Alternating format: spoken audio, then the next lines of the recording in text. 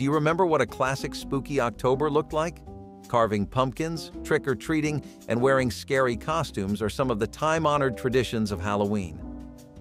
Over time, cultural and societal changes have drastically altered Halloween from its 1900s version. One thing about Halloween back in the 70s was that it was much more common to put in some real effort and pick up a crafting skill to get that perfect star-studded costume ready. People would keep it simple or get super flashy according to their skill level, but all of it was a very hands-on process where the costume wearer was also the maker. This kind of hobby led to each costume feeling personalized, and it gave the approaching days and weeks leading up to Halloween their very own unique feel and vibe. You do not really get much of that anymore, especially in today's commercialized world. As time kept going on, people abandoned this Halloween tradition and started opting for cosplays and costumes they could get off of Amazon.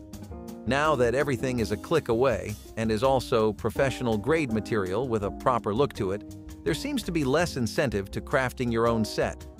Still though, you gotta admit, walking up to a Halloween party with the best costume in the room out of everyone else's was a flex on its own. In fact, many couples started off that way too, by geeking out over their costumes together. Along with stylized outfits, it seems Halloween romance is also dead. Now, this one is a trend that has not exactly vanished, but it is not the same idea that it used to be just a few decades ago. There was some real charm in hosting Halloween parties with specific costume themes. It felt like everybody could enjoy themes and popular trends that they loved and actually engaged with in their normal life, like Batman or classic TV shows. It also did that while ensuring that people could express it in their own style. After all, you guys obviously remember seeing like 10 different versions of The Flash or an entire group dressed as the gang from Scooby-Dooby-Doo. Stuff like that felt like each and every one had an idea they were waiting all year to share, but today it is not really like that. See, most people today buy pre-packaged stuff, which can sometimes look like a pretty generic outfit. Plus, it feels like it depends on current trends rather than established classics of media. Those change every other week thanks to Netflix anyway, and most people also do make their Halloween decisions accordingly. Seeing the entire cast of Star Wars or people dressed as the Beatles belongs to a bygone era. There are a lot more safety concerns than there used to be before during Halloween. One of the biggest examples of this is that people are not really comfortable letting their kids out alone anymore. Plus, most trick-or-treating does not last as long as it usually did, as you will find out in the next tradition that went away on this list. You know, it was pretty common for parents to just get their kids ready and let them tour the block with their friends. No phones, no ways of contact, nothing like that. People were just okay and comfortable letting their kids wander around their neighborhoods. Nowadays, the entire script has been flipped, and here are some stats to prove it. Did you know that children are twice as likely to get hit by a car during Halloween? This is because of a lot of things and other crimes that people get up to during Halloween, like leggings and driving while buzzed. People are that much more prone to drunk driving or driving while high during Halloween time, and vandalism also sees a similar spike in popularity for a night. In today's world, kids go out earlier and take tags, phones, and glow sticks with them. They are not allowed in darker areas and only get to trick or treat around well-lit familiar ones.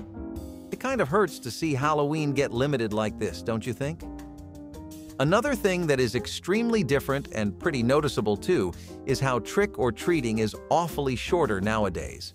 Since the theme of the holiday is everything spooky that goes bump in the night, a lot of the suspense and immersion dies down when most of it takes place in the day. So many generations of Americans were used to trick or treating well into the night, around like 9 or 10 p.m. and coming back with an entire haul of candy. It was not anything to worry about either. Safety concerns were a lot less severe than they used to be. As a result, people would be pretty relaxed with letting their kids roam around and take in all the wonders of a Halloween night. In today's world, it's more or less the opposite. People take their kids out with them earlier in the day around the evening because of all the rises in kidnappings and safety issues. People are much more afraid, and not of some monster from a Disney movie or Freddy Krueger, but rather of their own neighborhoods these days. It gets kind of sad when you think about it. but maybe there will be nightly trick or treat rounds again. So by now you must have noticed that people seem to put a lot more effort into their Halloween plans back then. There was a massive atmosphere of personalization, you know?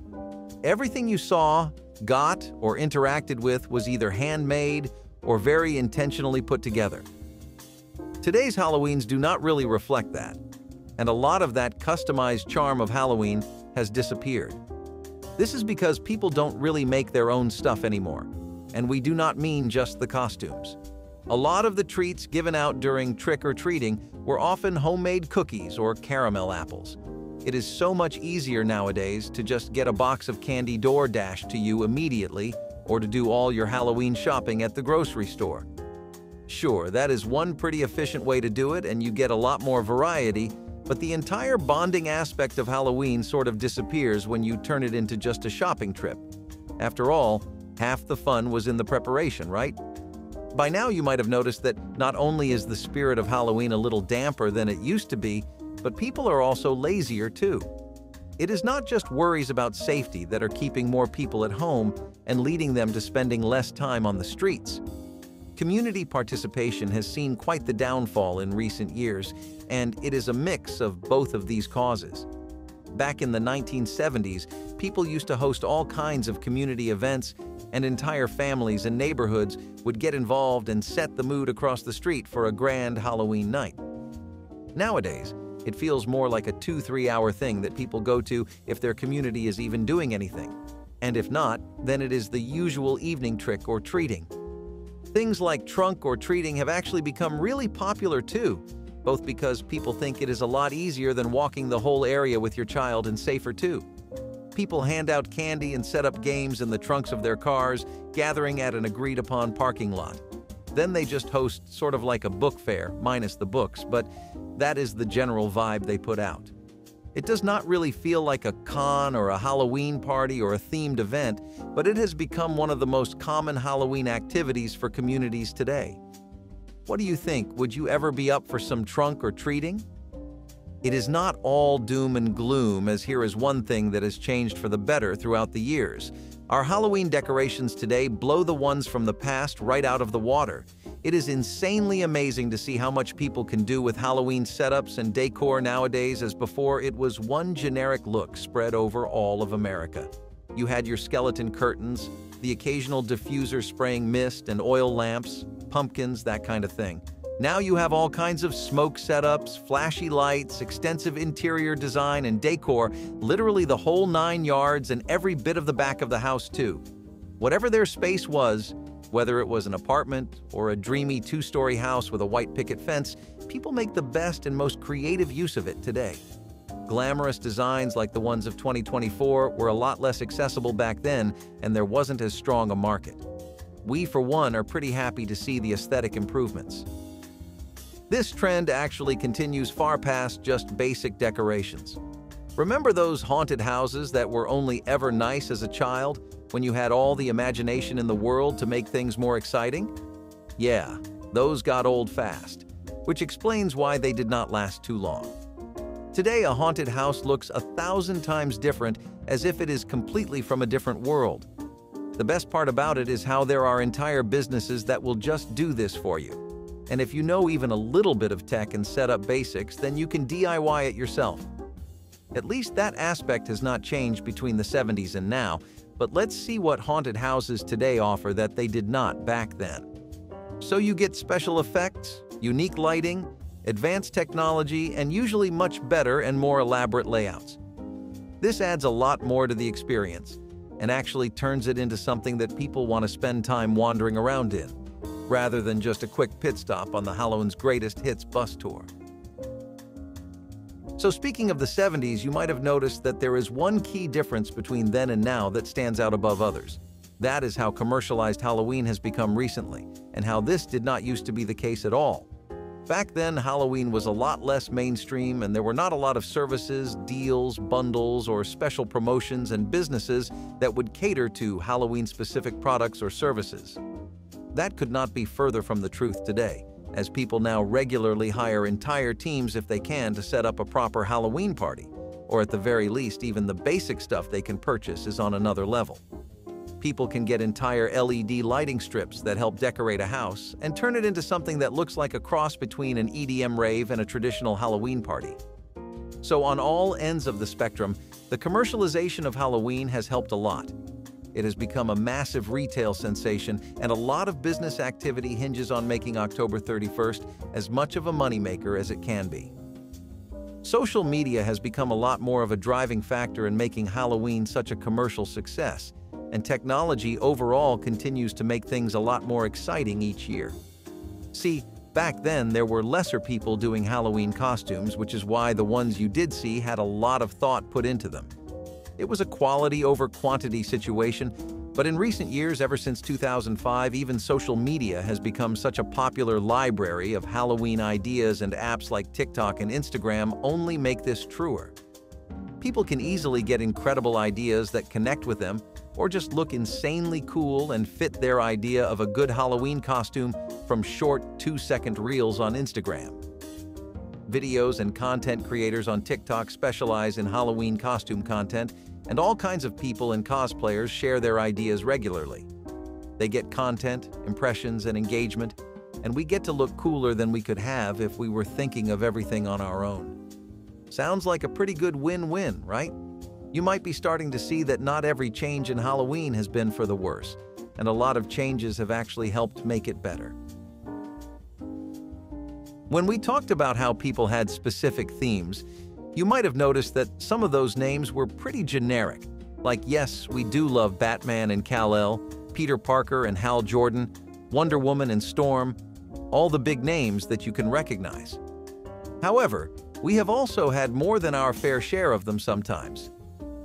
Halloween recently has become a lot more driven by social media, and as a result, a lot more impacted by pop culture influence. Now it is 10 times more common to see niche shows that maybe did not do so well on Netflix, but still gained some kind of momentum. Plus, the actual hits and box office record breakers get so much more traction at Halloween events now. People really took the pop culture element of the occasion and dialed it up to an 11, which is also great since it lets people move on from basic spooky ghosts and carved pumpkins with glowy eyes. Just like the decor, the parties we have for Halloween nowadays have really bumped it up several degrees too. People would have some pretty simple get-togethers and community-hosted events like we talked about a while ago in the 70s. A lot of these were not really too flashy or grand and were mostly for their kids so that they could chill out and relax after a long day of hustling candy on the streets. It is a dog-eat-dog, or in this case a pug-eat-pug world out there, and those kids had to get into high gear if they wanted to end up with a big payout at the end of the day. Today, though, not only is there enough for large groups of 24 people, the Halloween parties themselves are a lot more extravagant. Plus, they cater to different age ranges now too. Adult costume contests are a big craze that people regularly participate in during Halloween, and bars have all kinds of Halloween exclusive deals and looks so that they can attract more customers. Parties tend to have a proper lighting plan as well as DJs, refreshments, and a lot of drinks available for people nowadays. Stuff on that scale was not so common back then. Options for how you could get your Halloween going in general have expanded a lot, and that means the main attraction, which is the candy, has become a lot more versatile too. In the 1970s, you had things like small chocolate bars and Tootsie Rolls, sour candy, and gumdrops. Basically, your typical candy catalog that you would expect out of the late 1900s, which, while it was great and it has a nostalgic air to it, at the same time, the novelty wore off after a few years. Skip forward to today, and you have candy stores, brands, and franchises that add an insane amount of variety and choice. Like we said, Halloween became a business miracle that everybody with enough money to invest in a small-time business setup was willing to try their hand at. As a result, in the present, people have a lot more candy to choose from. Back in the day, people would often use plastic decorations and gift wrappings or containers that were not disposable. The consequences of that looked like the entire city being thrashed, as if a citywide dumpster truck just unloaded on it. This was never really good for the environment, and you do not need us to tell you that. But what you do need us for is to show you how far organizing efforts have come in easing these environmental concerns. As a result, some more classic decoration options are making a return, like the ever-timeless pumpkin. This is fully biodegradable and works as food or compost, so it needs no explaining as to why it is all green. Other products are stuff like reusable costumes, plates, cups, and decomposable decor. Stuff like wheat wreaths for centerpieces and corn husk garlands are so popular as people attempt to have more sensible Halloweens. We are going to wrap this list up with one of the most crucial differences between Halloween then and now, and that is how organized events work today. Halloween back then looked a lot more like a continuous day-long event that would go on until 10 p.m. Now, because of the stuff we have talked about in this list, you can get an idea as to why people switch to big festivals that address the whole neighborhood and then send everyone home. These organized events are safer, let people find security in the community, happen around familiar faces, and keep children close where parents can observe them.